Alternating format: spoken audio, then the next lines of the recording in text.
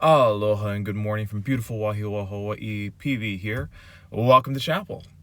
All right, well, here we are again at the First Christian Church of the Ford Flex.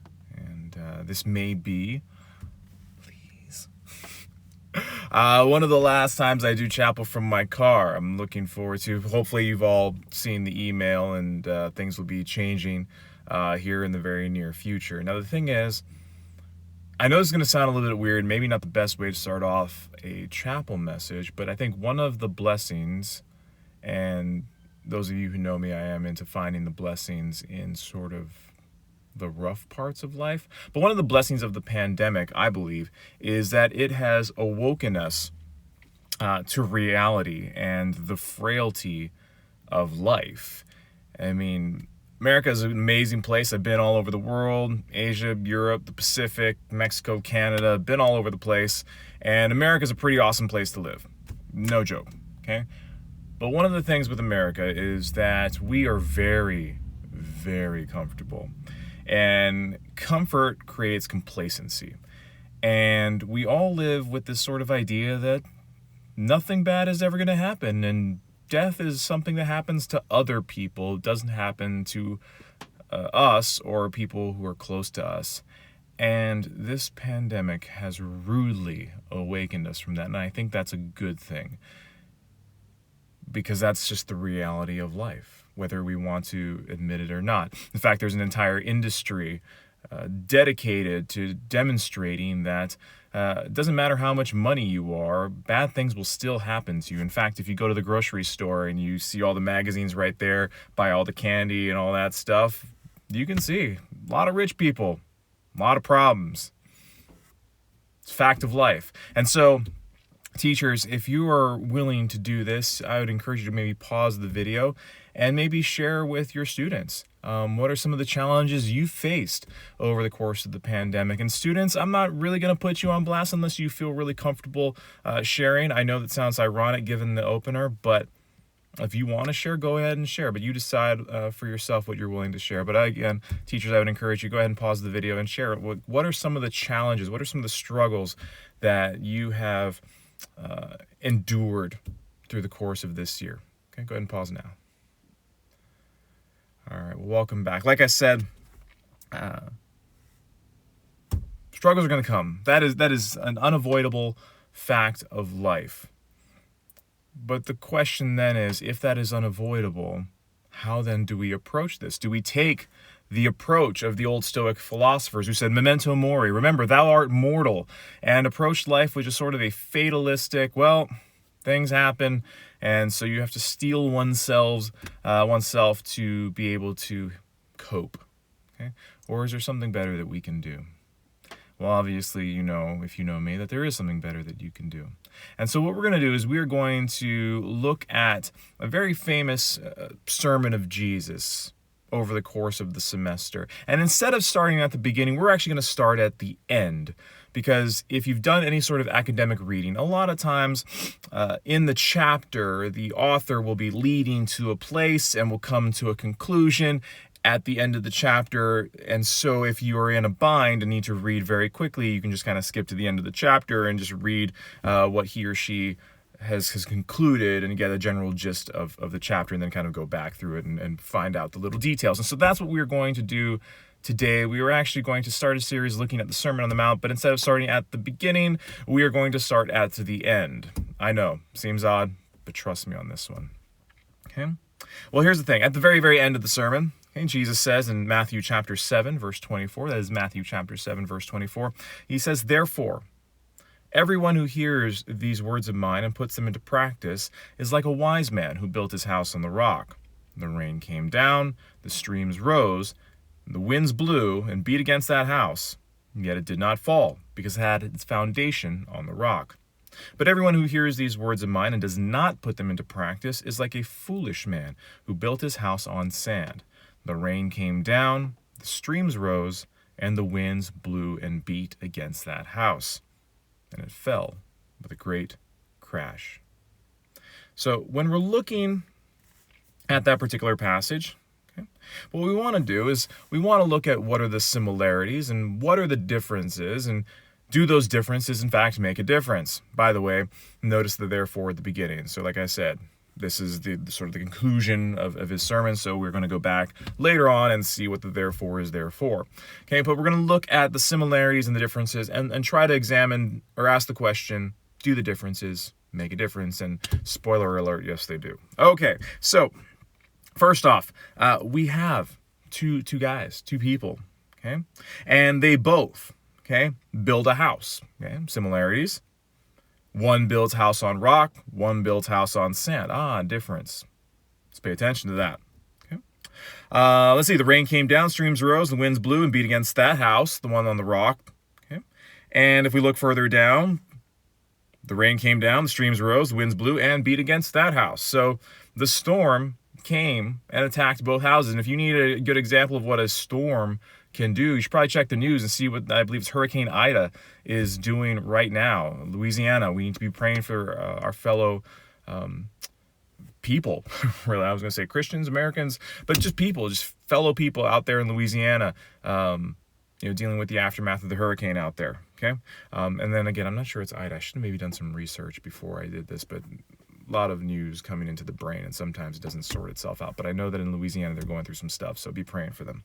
Okay? So storm comes for both of them. Okay, back to the house on the rock. Yet it did not fall because it has had its foundation on the rock. Moving to the house on sand, it fell with a great crash. Okay, so here we have similar circumstances. We have two people who hear words. Okay, one hears and does, one hears and does not do, and they are compared to someone who builds a house on rock and someone who builds a house on sand. Now, the storm comes for both of them. The hurricane does not care what you build your house on. The hurricane does not care where you build your house, whether you built it on the seashore or whether you built it up on the mountains. Makai, Malka does not care. It's coming for you. Although I will say that being that I live dead center in the middle of the island, sometimes during, storm, when the state sends out those warnings, flash flood or hurricane watch. I remember back in the day, my daughter would freak out about that. And I was like, sweetie, we live in the middle of the island. If the hurricane hits us, there are bigger problems in the world than us getting hit by a hurricane. But nevertheless, the hurricane does not care whether you live Malka or Makai. It is coming for you. But what is the difference? Well, the difference is in the differences, okay? In that one hears the words and then does the words of Jesus.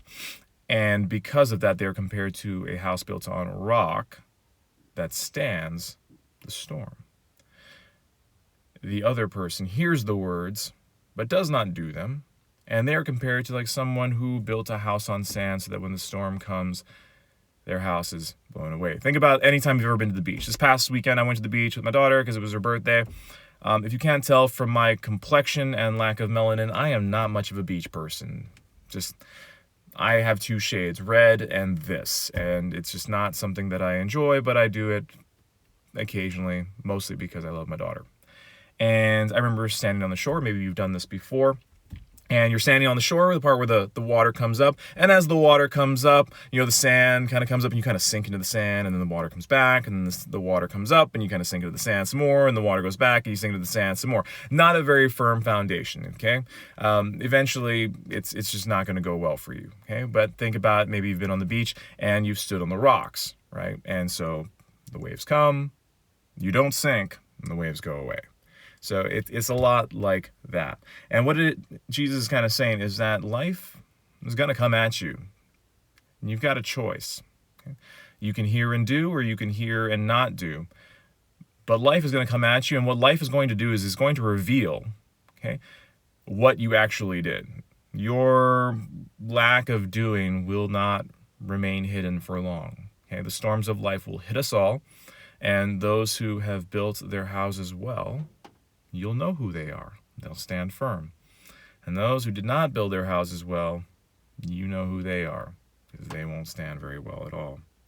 And so what we are going to do, because again, the focus is on doing, is we're going to focus on doing the words of Jesus. So we're going to go back to the very beginning of this sermon, and we're going to go through it, and we're going to look at the very, very practical applications of doing the words of Jesus, because we are to be doers, not just hearers, as Jesus' half-brother wrote later in the book of James. And I think of this idea of, not just listening, but doing. And I think about my math classes.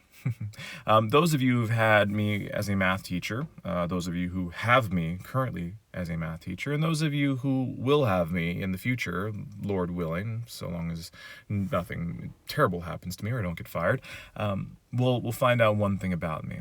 So I have this nasty little habit of being a lousy poker player. So I will say to my students, I'm thinking about chapter 3 in geometry. Those of you who know.